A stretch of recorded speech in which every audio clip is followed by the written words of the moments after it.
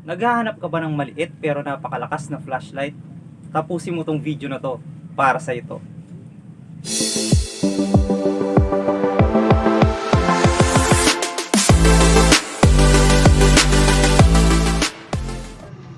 So ngayon guys, no, mag-unbox tayo ng isang powerful flashlight o yung keychain flashlight. Pero bagong lahat, gusto ko muna magpasalamat kay Imalent dahil binigyan niya tayo ng pagkakataon para mag-review ng isa sa mga item nila. So eto guys. So ito guys, no, buksan na natin. Ito siya guys.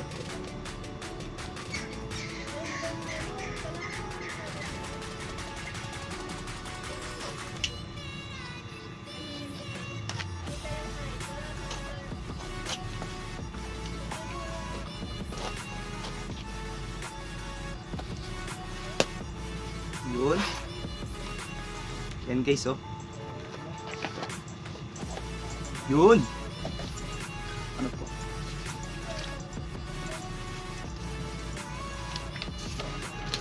So yun guys, meron pa siya nito. Hindi ko alam kung ano to. Yan. So eto na siya. And sa box pa lang, oh. Hindi ito tulad ng mga unang ni-review natin. Yan guys. Imalent. 4,000 lumens. Ito na, no? Ganda ng box, ha?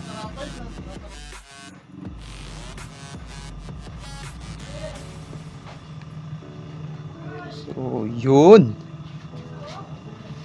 Ito yung kanyang user manual. Ayan guys, oh. As you can see, powerful keychain. Kaya mag-focus sa camera. So ibig sabihin keychain lang siya guys. Then ito na siya. Uy, angas ah.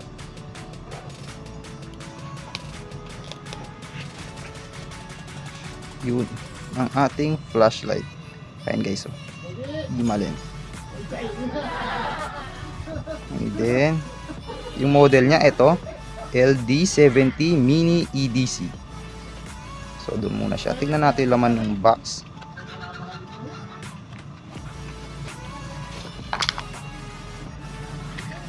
Ayun na yung kanyang wire ng kanyang charger. Ayan. And then yung kanyang lanyard.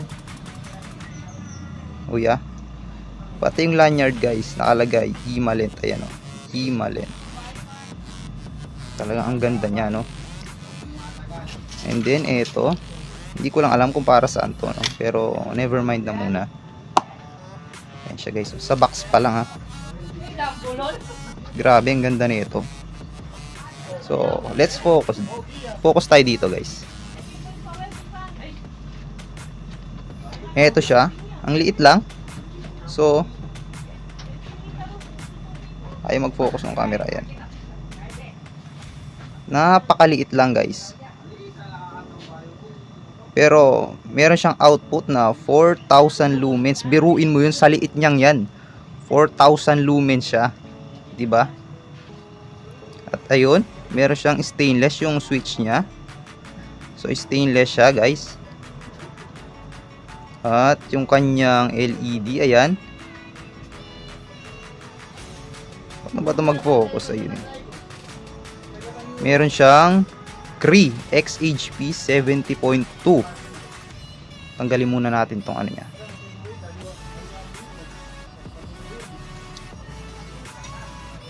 Ayan guys, oh. I-compare natin siya dun sa dating ginagamit ko. Ito guys, meron siyang 1,800 lumens. Samantalang si Imalent ay 4,000 lumens. I-compare natin yung LED guys. Tignan nyo. Ang laki, di ba?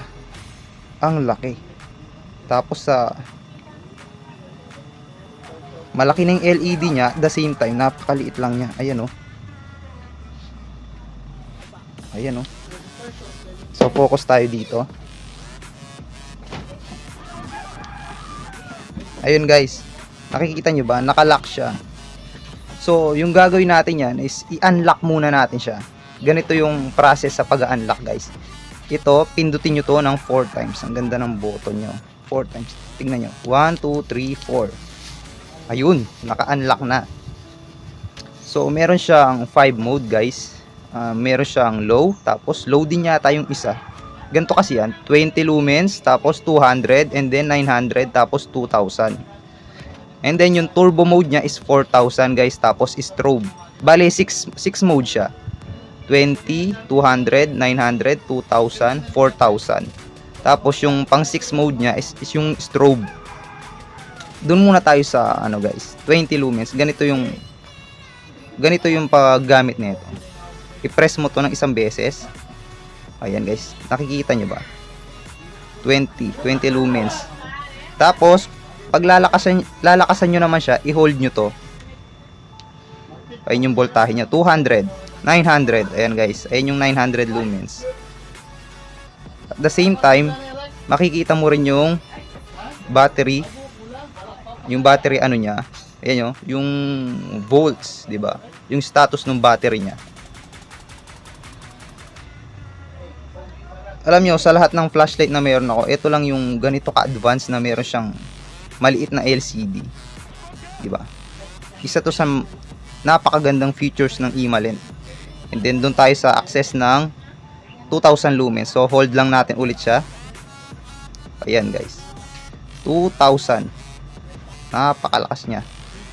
So off, pag off tayo, isang press lang. So yun, off.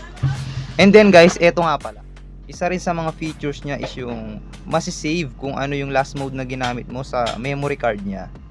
Yung last mode na ginamit natin is 2000 lumens, no? Ngayon, i-press natin siya, tignan natin kung nasa 2000 pa rin ba, kung babalik ba siya ng 20 or what, 'di ba? Titignan natin siya ngayon. Last mode tayo is 2000.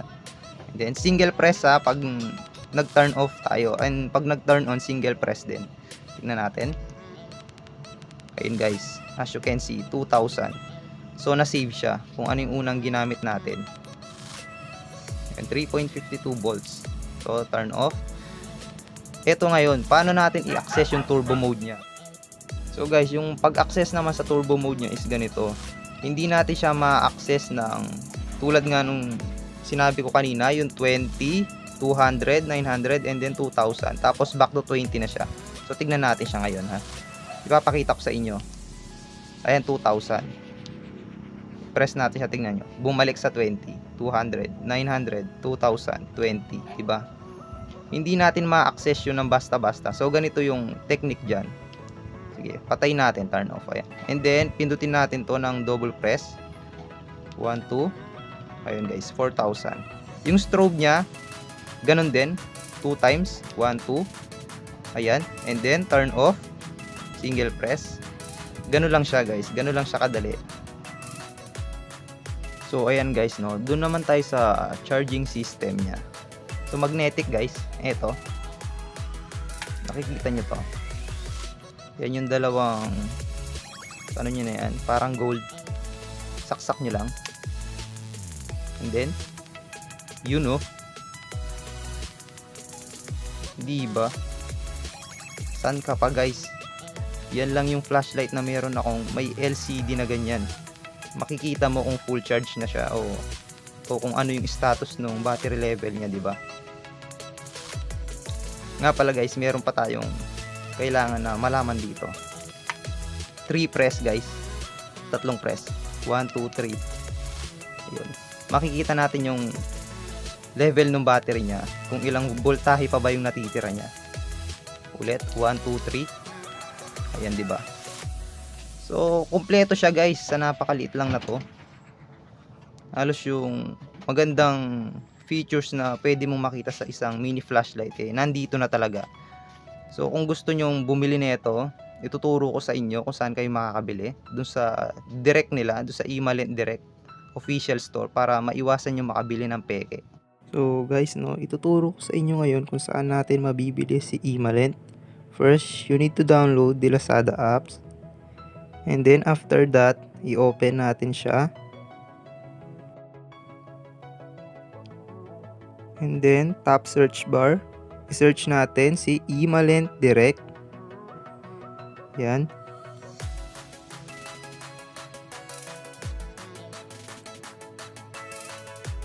So, after that, may makikita kayong Imalent Direct dun sa taas. Ayun, yung may visit store. I-click natin yun. Yan yung official store ng Imalent, guys. Nandyan lahat yung mga original flashlight na Imalent. Pag dito kayo bumili, hindi kayo mapi-fake. Dahil ito yung official store ng Imalent. Ayan o. Ayan yung mga iba't ibang model nila, guys. And then, ito si LD70. Ayan siya, guys. Ayan yung napakalakas na flashlight. Keychain flashlight. Ibay lang natin siya. So, may iba't ibang kulay. No, may choices tayo kung ano yung gusto nyo. Ayan. So yun guys, ganun lang natin siya mabibili, di ba? And then after nun, maghihintay ka lang, i-deliver nila sa iyo. So easy, di ba? Tinatanong nyo rin ba kung waterproof siya? Ang sagot diyan guys, yes, waterproof siya. Silyado siya. Yung nakikita ko lang na para sa akin yung disadvantage lang dito is built-in battery siya. Once na nasira yung battery niya, hindi mo siya pwedeng palitan dahil wala siyang bukasan. Ayan o. Compact na compact kasi yung pagkakagawa niya. Kaya kung gagamitin mo lang siya ng rainy weathers, goods na goods to guys. Wala ka na masasabi dito. At the same time, keychain lang siya. Ayan, napakaliit lang. Kahit itago mo lang siya sa wallet or sa bulsa. Tignan mo. Ayan lang o. Ayan lang siya. Oh, medyo mabigat. Medyo mabigat kasi talagang makapal yung pagkakagawa niya. Ayan o. Yung build niya is solid talaga. Wala kang makikitang plastic dito guys. Solid lahat siya. Nagustuhan ko talaga dito yung LCD niya. So ayun guys, mamayang gabi subukan natin siya kung gaano nga ba kalakas yung 4000 lumens na floodlight. Flood type kasi siya. Wala siyang bilog sa gitna. So kalat yung liwanag niya. Yan, mamayang gabi subukan natin siya guys. Ngayon guys, titignan natin kung gaano nga ba talaga siya kalakas, no? Susubukan natin siya sa pamamagitan nito. Titignan natin kung may magagawa ba siya, no? So let's do this.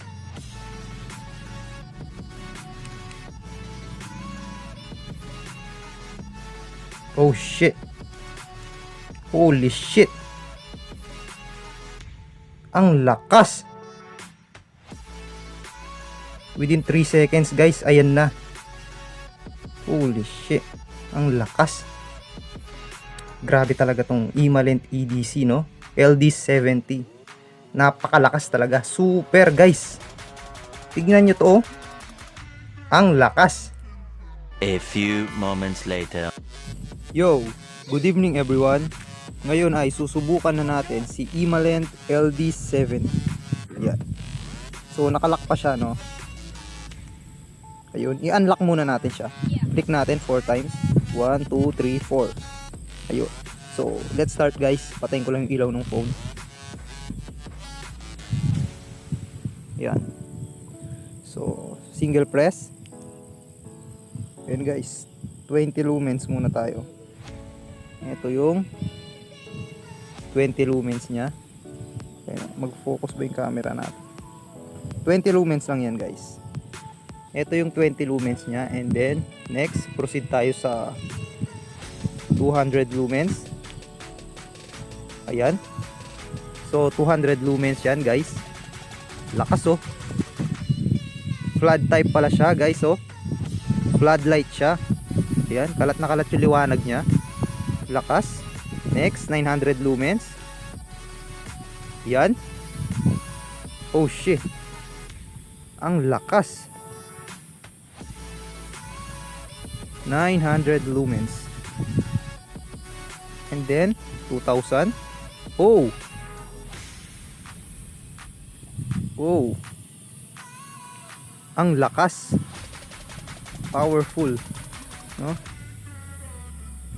Lakas niya guys, oh.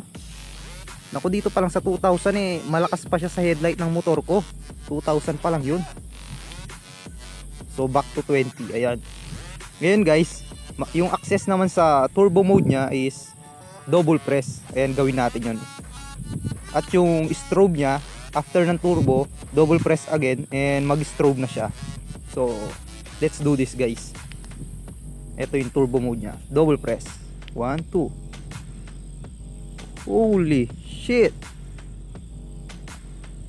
Ang lakas. Oh. Oh no. Ang lakas. Double press, strobe, 1, 2. Oh shit. And then off. Oh no. It's very powerful guys. Napakalakas ng maliit na ilaw na to, no? Keychain lang siya. Keychain flashlight.